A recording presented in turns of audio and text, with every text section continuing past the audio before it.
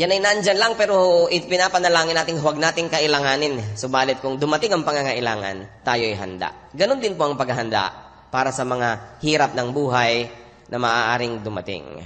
What are the preparations for possible difficult days? Unang-una, at gusto ko pong mag-share ng 10. At nais ko pong imungkahi sa inyo, tandaan nyo ito at tandaan nyo kung alin ang meron na kayo na preparasyon at kung alin ang wala pa. At ang sakiyan, we will all leave this place enriched, empowered, and prepared by the Lord. Para hindi tayo madaling mabuwag, hindi tayo madaling matinag, hindi tayo madaling panghinaan ng loob. Unang-una, how to prepare for difficult days, be as healthy as you can. Kailangan tayong malusog hanggang makakaya natin. Mayroong bahagi ang kalusugan natin na hindi natin controlled, pero merong makokontrol tayo. Nakokontrol natin ang ating diet, nakokontrol natin ang ating food intake, ang ating rest, nakokontrol natin ang ating exercise, ang ating lifestyle.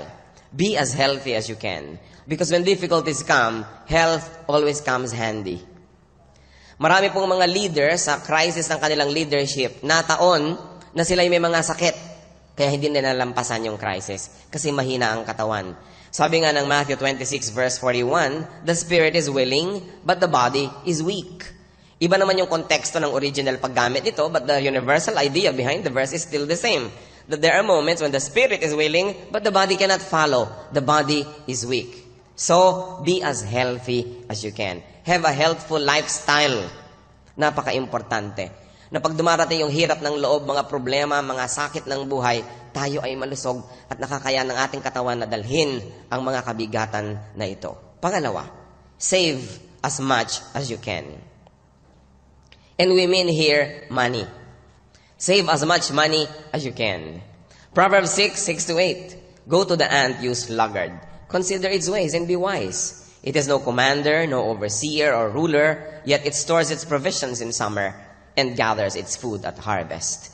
Tingnan daw yung langgam. Pagkatag-ani, pag may panahon, kolekta ng mga pagkain, ipon ng ipon. Para pag dumating ang tag-ulan, ang taglamig, ang walang makain, meron siyang nakastore na pagkain sa kanyang tahanan. Sabi, save as much as you can. Kaya pagka ipinaliliwanag yung ideal woman ng Proverbs 31, sinasabi sa verse 25, she is clothed with strength and dignity. She can laugh at the days to come. Ano ang pwede niyang pagtawanan? Yung mga araw ng hirap, mga araw ng pangangailangan, mga araw ng kasalatan, araw ng gastos. Kasi meron siyang itinabi. Siya ay nag-impok, siya ay nagtrabaho, siya ay masipag, siya ay organized. At the same time, siya ay nagbibigay sa nangangailangan, pero siya ay nagtitipid, nag-iipon.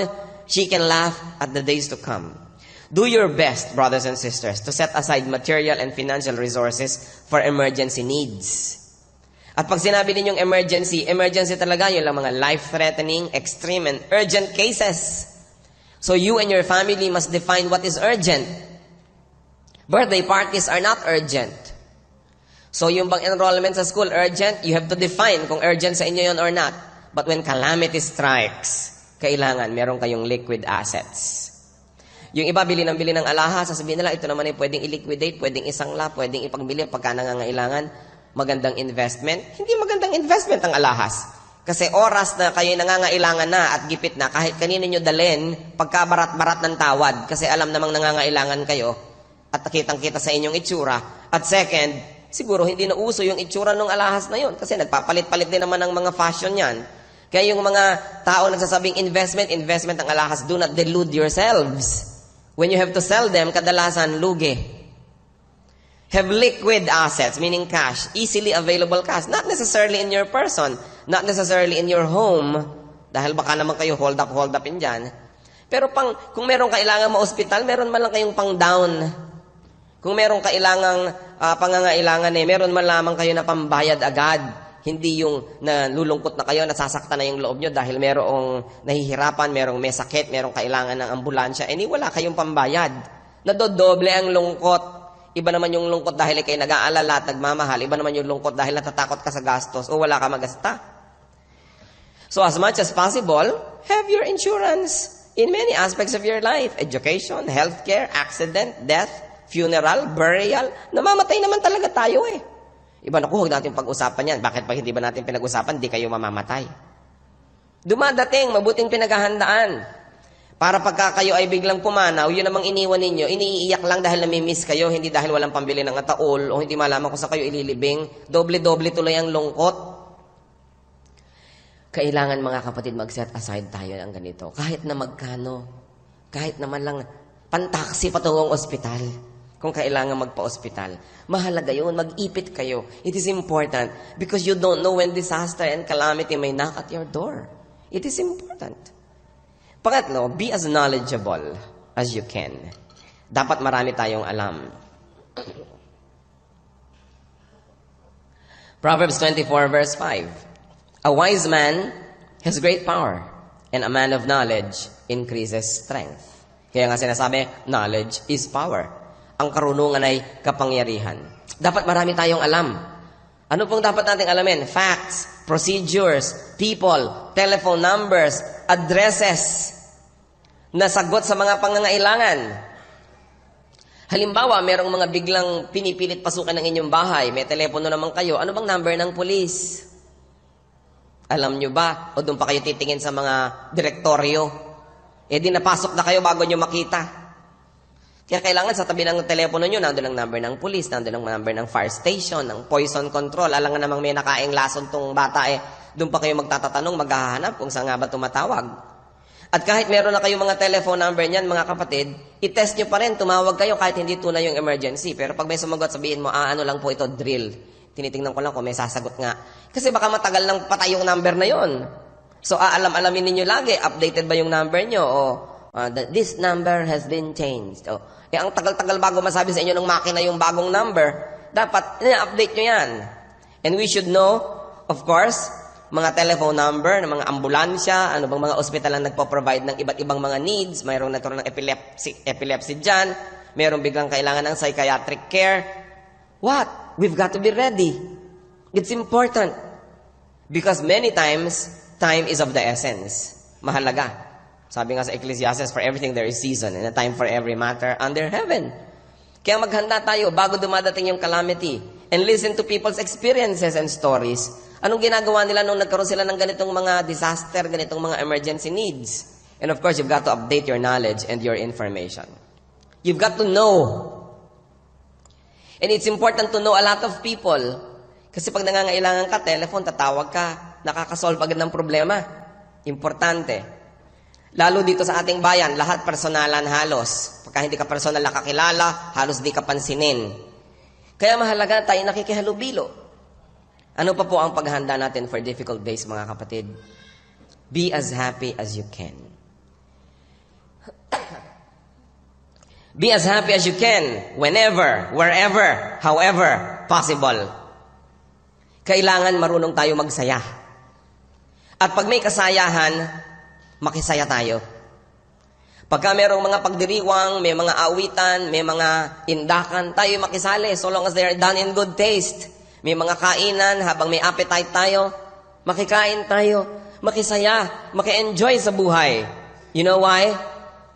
Yung kasayahan na naiipon natin, sa mga times ng kalungkutan, doon tayo nagwi-withdraw ng strength. Huwag kayong mahiya, huwag kayong matakot sumaya. Akala no iba, pag banal ka, laki ka dapat Biyernes Santo. No, may Biyernes Santo, meron din Pasko. Iba-iba ang panahon. Ecclesiastes 7:14, when times are good, anong gagawin, church? Be happy. But when times are bad, consider, God has made the one as well as the other. Therefore, a man cannot discover anything about his future. Hindi mo alam ang future, hindi mo pwedeng ipangyabang yung malayo pa. So ngayon, kung may opportunity to be happy, be happy. Kailangan marunong ka magsaya. Kasi kung masaya na nga, malungkot ka pa rin. Paano pag malungkot na? Ano ka pa? Saan tayo kukuha ng lakas? Therefore, appreciate, enjoy, savor, celebrate the moment. In enjoying life, brothers and sisters, do not rush too much. And do not rush always. People may not always be healthy or wealthy or wise enough to enjoy. Seasons change and life's fortunes can turn. Hindi natin hawak ang buhay. Hindi natin alam. Kaya kung merong magandang sunset, drop what you're doing. If you're driving, stop a while, appreciate it. Sandali lang naman yan, a few moments. Merong magandang sunrise. Kumisan ang ganda-ganda ng breeze. Enjoy it. Kumisan kasama mo ang iyong pamilya, umiinom-inom kayo ng kape, sit down and talk a while. And enjoy life. Little things, little moments. Marami pong mga tao, hindi sila nag-enjoy kasi they have this tomorrow syndrome. Yung bukas na, magsikap tayo ngayon, magtrabaho tayo ngayon, puro trabaho, bukas na tayo mag-enjoy. Kinabukasan ng bukas, sa isang bukas na uli, hanggang mamaya, bigla na lang namatay, nagkasakit, na-paralyzed, hindi na nag-enjoy. Many parents fall into this trap. Mga tatay na hindi makita sa bahay, wala na siya, hindi na siya nakita sa mga birthday, mga graduation, mga PTA meetings, mga baseball league ng mga bata, mga play, mga drama sa school, hindi siya nakikita because always busy making money. There's nothing wrong with that. But there's something wrong if you are not enjoying your family anymore. Tapos sasabihin mo, kasi nag-iimpok tayo, nag-iipon tayo, I'm bringing the family up the economic ladder. But how can you boast about tomorrow? Are you sure that you'll still be around tomorrow? Enjoy the day. Sapagkat yung araw na yan, pag lumampas na, lampas na, tapos na. Kahit ma-enjoy mo yung next week, hindi mo na rin na-enjoy yung last week. It is important to appreciate and enjoy and celebrate the moment. Sometimes it's a very simple thing. May kinakain ka na ang sarap-sarap, enjoy it. Na ikaw ay nakikipagkwentuhan o kaya mayroong maliit na bagay na you enjoy it with your loved ones. Proverbs 27:1. Do not boast about tomorrow, for you do not know what a day may bring forth. Huwag niyong ipangahas yung bukas. Hindi niyo alam kung darating. O kaya siguradong darating, hindi lang natin alam kung nandun tayo pagdating ng bukas na yan. How else can we enjoy the moment and enjoy life and be happy? Minimize, if not eliminate negativism, fault-finding, perfectionism, irritability, oversensitiveness, holding grudges, etc. Hindi kayo mag-enjoy sa buhay kung laging negative ang takbo ng utak nyo. O kaya lagi kayong nangongontra ng kapwa. Punta tayo bukas, wag na, next week. Gusto ko red, maganda blue. Yung lagi na lang kayo nangongontra, hindi kayo sasaya at hindi rin sasaya yung mga tao sa paligid nyo. At yung fault finder, hindi yan masaya at naiinis ang kasama. Lagi na lang hinahanap sa tao, mali, yung mali, yung mali, yung mali. At alam nyo yung mga perfectionist, kung may perfectionist dito, repent. Walang mararating yung perfectionism nyo, kundi misery. Tama na yung kayo excellent. Excellent should be good enough. Or very good should be good enough. And there are moments when good or fair or passing must be acceptable enough. Because when you're a perfectionist, you make your life miserable. And you make people around you hate you. Hindi kayo mag-enjoy sa buhay. It's good to strive for super excellence. But you've got to remember that this is an imperfect world. And not one person is perfect. A person may be very good, very excellent, but even the Arabs say this, even good horses must be allowed at least one fall. Walang perfect. At kung tayo laging irritable, laging galit sa mundo, sobrang sensitive, laging nagtatampo, o kaya nagkikimkim ng sama ng loob, hindi kayo sasaya sapagkat nag-iipon kayo ng lason sa inyong puso. It's important. Romans 12:2. Do not conform any longer to the pattern of this world, but be transformed by the renewing of your mind. Then you will be able to test and approve what God's will is, His good, pleasing, and perfect will. Sa Luke 10:41-42, makikita natin dyan yung kasaysayan ni Martha at ni Mary, na sila ay, anong ginawa nila? Ang Panginoon ay nagtuturo. Itong si Mary ay umupo sa higat sa tapat ng paanan ng Panginoon at nakinig ng nakinig. Si Martha naman ay abalang-abala maghanda ng merienda. Maraming tao sa bahay nila. At sabi ni Martha, Lord, don't you care? My sister is not even helping me in the kitchen. Tell her to go up and help me. At sabi ni Lord sa Luke 10:41-42, Martha, Martha, the Lord answered, you are worried and upset about many things, but only one thing is needed. So ano sinasabi ni Lord dyan? Sit down and enjoy. Don't be the perfect host. Tama na yung good host. Kung meron kang crackers, yun na lang ipakain. Huwag ka nang gumawa ng mga kung ano ng mga barkilyos at mga magbalot pa ng kung ano ng lumpia.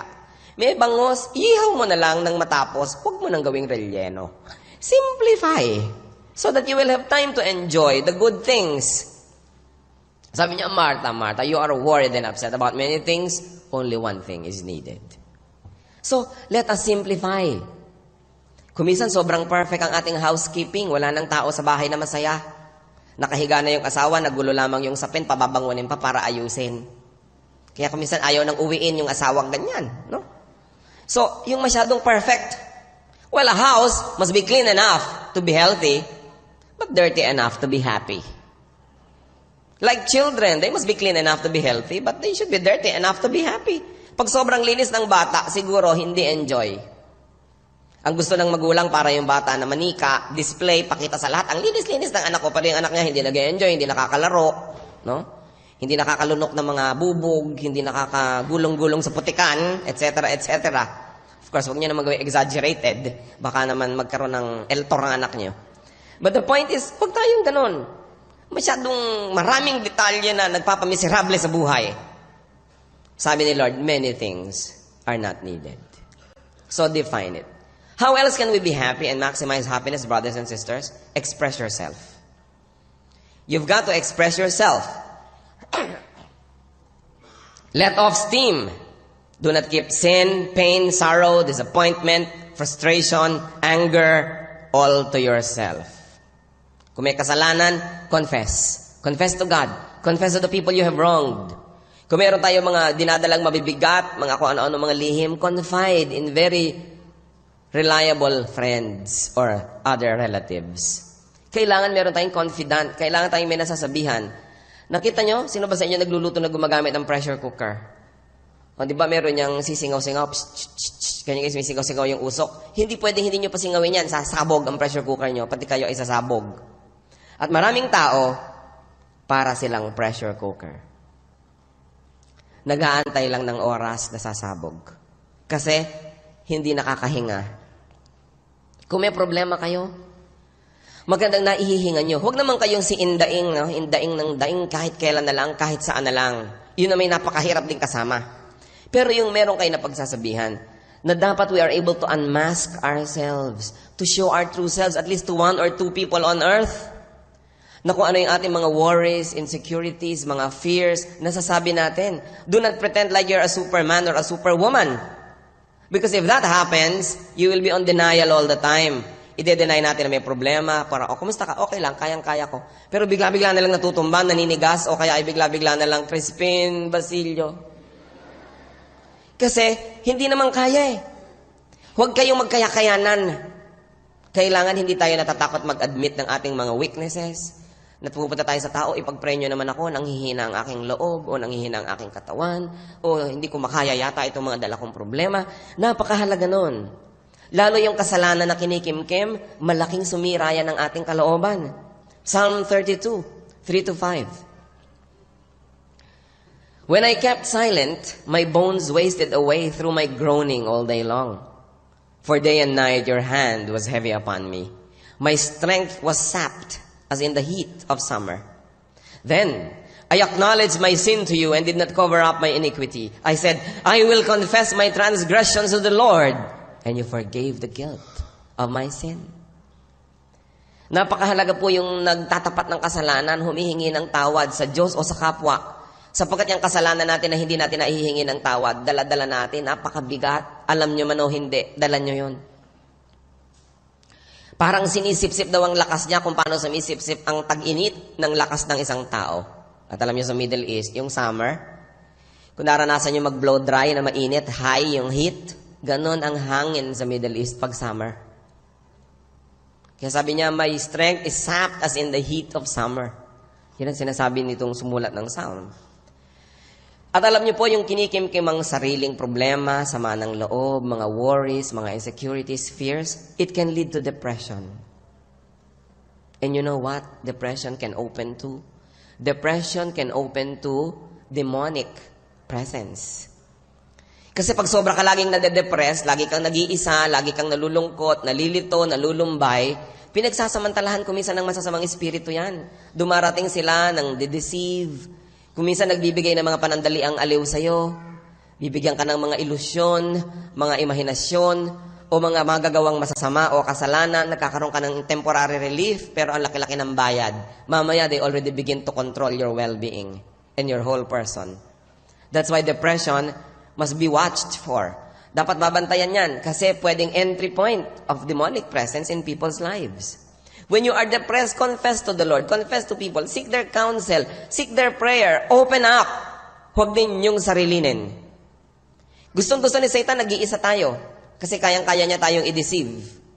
Kaya ang sabi naman ni Lord, yung kabaligtaran, do not neglect the fellowship. Do not neglect being together. Dahil nagkakaroon tayo ng strength in our unity. Happy days are like savings accounts. You can withdraw from them in times of sadness. And brothers and sisters, in times of sadness, remember and be thankful for times of happiness. At nakaka-strengthen yan. Panglima na atin pong dapat gawin to prepare ourselves for difficulty, cultivate and strengthen human relationships.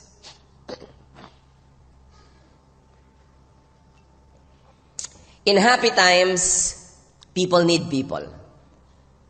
Lalong-lalo naman in difficult times. People need people. So, what can you do to prepare for both happiness and sadness? Extend yourself to those in need. Habang tayo yung giver, give. Because there are times when we have to be the recipient. Give. Ephesians 4:28. Share with those in need. Ang linaw-linaw. Share with those who are in need. What else? Nourish friendships.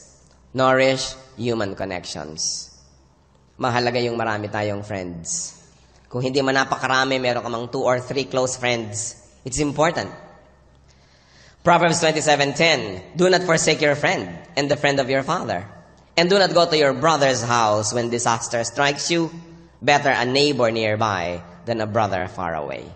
Hindi po sinasabi huwag kang pupunta sa kapatid mo pag may pangangailangan ka. Ang sinasabi, huwag kang pupunta sa kapatid mo kung malayo yung bahay niya. Pumunta ka na lang sa kapitbahay mo kasi nandyan na yung disaster. Mas makakatulong siya dahil malapit. Kaya ang mahalaga, we should be neighborly. Kailangan tumutulong din tayo sa ating mga neighbors because there are moments, neighbors naman natin ang tutulong sa atin. Meron po tayong kakilala nung biglang nagkaroon ng mga baha-baha dito na hindi naman inaasahan. Ang bahay nilang dating hindi binabaha, biglang lumubog hanggang 2nd floor. Itinulak lang nila yung aircon at doon sila lumabas sa butas ng aircon dahil tumataas na ang tubig at wala na silang pwedeng daanan, hindi na sila pwedeng sumisid palabas ng bahay. Sino po ang dumampot ng mga anak nila sa labas ng butas ng aircon? Mga kapitbahay. Tinalian ng mga bata ng lubid at isa-isang kinuha doon sa baha at dinala sa mataas na lugar. Neighbors. Be neighborly. Be good to your neighbor. Plant. You don't know when you might be the one to even need the harvest of that same plant. So you nourish this kind of friends and human connections. Importante. Na pagbigla kayong kailangang mapa-ospital ang inyong anak, kayo lang yung naghahanap buhay, hindi kayo pwedeng umabsent sa trabaho, meron man lang kayong mga kaibigan na pwedeng magbantay sa ospital. O kaya nagbabantay kayo, pwede makipalitan sandali, makauwi kayo, may magawa kayo. Mahalaga yung meron tayong human relations. Kaya sabi nga ni Lord, it is not good that man should be alone. Kaya huwag tayong masyadong maging makasarili and close to ourselves. Dahil pag may dumating na disaster, sosolohin natin. Friends, multiply our joy and divide our sorrow. It is important. But to keep friends, matrabaho rin yan. Nai-inconvenience ka, napapagod ka. Pero ganun talaga ang buhay. We give, we take. Proverbs 18:24, there is a friend who sticks closer than a brother. Make sure that you are a friend, this kind of friend, to at least a few people. It's important. Another way to cultivate human relationships in preparing for eventual or possible times of difficulty, do not avoid being needed by others. Huwag yung ayaw mong paistorbo, masyado kang aloof, takot na takot ka na makipagkaibigan, makipagpalagayang loob dahil ayaw mong maabala. Proverbs 11:25, a generous man will prosper. He who refreshes others will himself be refreshed. Ang mga nagbibigay ng kapahingahan, tulong sa iba, sila man ay tatanggap ng ganitong kapahingahan at tulong. Ang mapagbigay daw na tao, siya itong pagpapalain at pararamihin ang kanyang mga tinatangkilik. So do not avoid being needed and do not deny needing others. Do not deny that. Only the truly proud, and those who are having illusions about their own strengths will deny that they need other people. Usually, defense mechanism lang yon sa takot na maiwan, masaktan, mabigo. Kunwari na lang, they don't need people. But people need people. And people who need people, sabi nga ng kanta, baka mapakanta pa ako, kaya na lang tumuloy. So, be nice to people. There was a film about a woman who had a meteoric rise from nothing to something, back to nothing. Ano po ang sabi niya? Be nice to people on your way up. You will meet them on your way down. Napakahalaga to cultivate goodwill and to nurture caring relationships. Christianity, aside from doctrine, is about relationships. The church, the family, the fellowship, very important. And then another thing that we can do to prepare ourselves for difficult days, which can come, cultivate, nourish, strengthen, and prioritize your personal relationship with God. Sa Psalm 27:4, one thing I ask of the Lord, this is what I seek, that I may dwell in the house of the Lord all the days of my life, to gaze upon the beauty of the Lord and to seek Him in His temple. A very personal worship. Yung ikaw mismo nag-e-enjoy sa Panginoon, nakikipagniig ka sa Kanya, nakikipag-usap, lumalapit, nagpapasalamat, dumadaing, sumasamba, personal. Hindi yung ganitong corporate. This is good. Pero dapat meron ding personal. Magkaroon tayo ng develop na personal relationship with God. Because it is only God that we can truly depend on. It is only God that can truly protect, help, rescue, and restore us from harm. Mapaka-blessed ng mga tao na kung dapuan sila ng malalaking problema, ay napakalakas ng kanilang pananampalataya, malapit sila sa Diyos. Sapagkat kahit anong dumating, hindi sila naigugupo ng mga ganitong bagay. Our faith is our shield. Our relationship with God is our security. An intimate relationship with God saves from harm, preventive. Kasi sumusunod tayo sa Kanyang mga utos. And a very intimate relationship with God sees us through difficulties. Curative din. Na kung sa kabila man ng pagiging malapit natin sa Diyos, may mga dumating, lalo't mga bunga ng mga pamumuhay natin nung araw pa, na ngayon lang bumalik. Remember, we are saved from the penalty of sin in hell, but not on earth. Yung mga itinanim natin dito, aanihin natin dito yan. Huwag niyong expectin ako malang lumapit kayo sa Panginoon, yung mga utang niyo nabura. Yung utang sa Diyos, yes, pero yung utang nyo sa tindahan, yung utang nyo sa bangko, hindi yan nabubura kahit ilang beses kayo magdasal. Yan ay babayaran, maniningil yan. Kaya napaka-importante na tayo po merong close relationship with God. So that even when difficulties come, and when the Lord allows them to come, meron naman tayong cure, the Lord. At kung natapos na yon, nandiyan pa rin si Lord to restore us after the difficulties. So be spiritually attached to God. Not only intellectually, spiritually, emotionally be attached to God. And there's also one thing I like to emphasize here. Be physically, be actively attached to the Lord. How do you do that? Because the Lord has a physical body right now. And that is the church. The church is the Lord's body. Colossians 1:18. And He is the head of the body, the church, the fellowship, the people, the group of believers. You want to connect to Jesus? Connect to His body, the church. Be involved, be active, be productive in church life. Do not just be an audience. Be connected, be related to the body of the Lord. Dapat meron kayong ministry, meron kayong functions, na tayo may malasakit, hindi puro tayo laging kala mo bisita, na tayo din ay tumutulong, tayo'y involved. Pag may needs yung church, sasagot tayo sa needs. Hindi yung magbibingi-bingihan ka, i-assign mo sa iba. Tapos pag may blessing, ikaw unang-unang nakapila at nakaagaw ng blessing. Napakahalaga that we give and we take, that we become a part of the body. You know, even the human body was designed to give and take. We receive oxygen, we exhale carbon dioxide.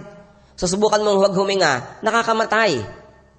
Pag hindi ka huminga, papasok. O kaya, subukan mong huwag magbigay. Ipunin mo sa sarili mo. Try to hold your breath. Ang daming uri ng pagpapakamatay, pero wala pa akong nabalitaan yung pinigil ng paghinga niya. Hindi mo kayang pigilin yan. So, kailangan din yung involvement natin sa church. We receive and we give. We receive blessings, we receive counsel, we receive encouragement, we receive teachings, we receive all kinds of protection from the Lord, we receive guidance, we receive joy, happiness. So we give also. We give our services, we give our loyalty, we give our offerings, we give our tithes, we give our loyalty, we give our services to the church. That is what life is all about. Lahat ng buhay, give and take ang kanya. At hindi po mapasok sa center of our being kasi yung center si Kristo. Nandun lang sila sa gilid-gilid. Konti lang ang damage na kaya nilang gawin. But when the center of your heart is empty, sometimes, pangit lang yung hairstyle mo, binabaril mo ang beautician. Kasi ang liit na bagay wala naman kasing malaki. Sometimes, hindi ka lang nakibo, galit ka na. Yung ang liit-liit, ang babaw-babaw. Put Christ in the center of your heart so that all other problems will only be in the periphery. Make sure that Christ is in the center of your life. In the light of real big issues, like the issues of God, our personal and incidental concerns will be contextualized and will be wonderfully diminished. Pangsyam sa paghahanda natin for difficult days, store God's words in your heart. Hindi nyo laging madadala yung computer. Hindi nyo laging madadala yung Bible. Hindi nyo laging baon-baon ng mga concordance. At hindi nyo laging kasama yung walking Bible na tatanungin nyo kung ano yung verse. Store God's word in your heart. Pag may dumadating na hirap, dumadating na calamity, sagutin nyo ng verse. Verse ang isinasagot. Si Satan, nung tinetempt niya si Lord, the Lord would quote from Scripture. The Lord would say, the Scriptures say. Kino-quote niya, nade-deflect, tumatalsik, tumatalbog yung mga attacks of the evil one. Jeremiah 15:16, when your words came, I ate them. They were my joy and my heart's delight, for I bear your name, O Lord Almighty. So, kinain ko yung salita, literally, pumasok sa aking katawan. At pag kinakain natin ang salita ng Diyos, kahit hindi binibigkas ang ating bibig, nakikita sa ating isip, sa ating lifestyle, sa ating pag-iisip, sa ating style, sa ating mga kilos. Psalm 119:103, how sweet are your words to my taste, sweeter than honey to my mouth. These are words of God that teach, words that comfort, and words that afflict. Yung mga nagdidisiplina, yung mga nagbibigay ng judgment. Sabi, ito ang mangyayari sa'yo, ganyan, tumigil ka. All of these are sweet. Why? Because they correct us and they restore us. Psalm 114:130, the unfolding of your words gives light. It gives understanding to the simple. So, mahalaga yung words of God. Baon-baon natin. Magmemorya kayo ng mga salita ng Diyos. Sagot natin pag tayo nalulungkot. When we are afraid. When we are worried. When we are anxious. When we are jealous. When we become covetous. When we become greedy. When the night is long, na parang kayo lang ang gising, hindi yun totoo in your heart. Sabi ni David, your words I hid in my heart so that I will not sin against you. Store God's words in your hearts. Pag may nagsasabi sa'yo, halika, manigarilyo tayo, quote a verse. Halika, mangalunya tayo, quote a verse. Pag may nagsasabi, malungkot ka, kawawa ka, wala kang kwenta, api-api ka, quote a verse. The words of God is our medicine, is our food, is our honey. And finally, for now, 10th way to prepare for difficult days. Store godly songs in your heart. Ilan ang songs na godly na alam nyo? Mahalaga. Store godly songs in your heart. Maraming songs. Pag nadi-discourage kayo, ano yung kakantahin nyo? Pag natatakot kayo, pag nalulumbay, pag iniwan kayo ng nobyo nyo, di ba? Huwag nyo makakanta ng I will survive, although that must be the truth. Dahil ang Panginoon ay nandyan. Ang mga kanta kasi, binabaligtad tayo yung hindi ako mabubuhay kung wala ka, I won't last a day without you. Kasinungalingan. Ang kakantahin nyo, huwag yung kanta ng sanlibutan, lulungkot lang kayo lalo. Mamaya, tuwing lumulubog ang araw, nagtitirintas kayo na ganyan. Pagkanta kayo ng kanta niya, mga kanta ng sanlibutan. Sing godly songs. Psalm 77 verse 6. I remembered my songs in the night. My heart mused, and my spirit inquired. So you must have in your heart, and you must memorize, and always sing songs of joy, songs of thanksgiving, of worship, of trust and faith, of surrender and submission to the Lord, songs of deliverance and God's victory. Psalm 32 verse 7, you are my hiding place. You will protect me from trouble and surround me with what? With songs of deliverance. Alam niyo po, a very interesting story. Paul and Silas, in their most terrible time, instead of griping, they sang. Hinuli sila, binugbog, ikinadena, ikinulong, and they sang. Acts 16, 22 to 26. The crowd joined in the attack against Paul and Silas, and the magistrates ordered them to be stripped and beaten. After they had been severely flogged, they were thrown into prison, and the jailer was commanded to guard them carefully. Upon receiving such orders, he put them in the inner cell and fastened their feet in the stocks. Hindi lang sila nakakulong, doon pa sa kaloob-looban, kaila-ilaliman, at ikinadena pa sila sa dingding o sa sahig. Sobra naman pagkakakulong ang ginawa sa kanila. Yun ay matapos silang bugbogin at saktan. About midnight, Paul and Silas were praying and singing hymns to God. And the other prisoners were listening to them. Suddenly, there was such a violent earthquake that the foundations of the prison were shaken. At once, all the prison doors flew open and everybody's chains came loose. The miracles brought by songs of faith.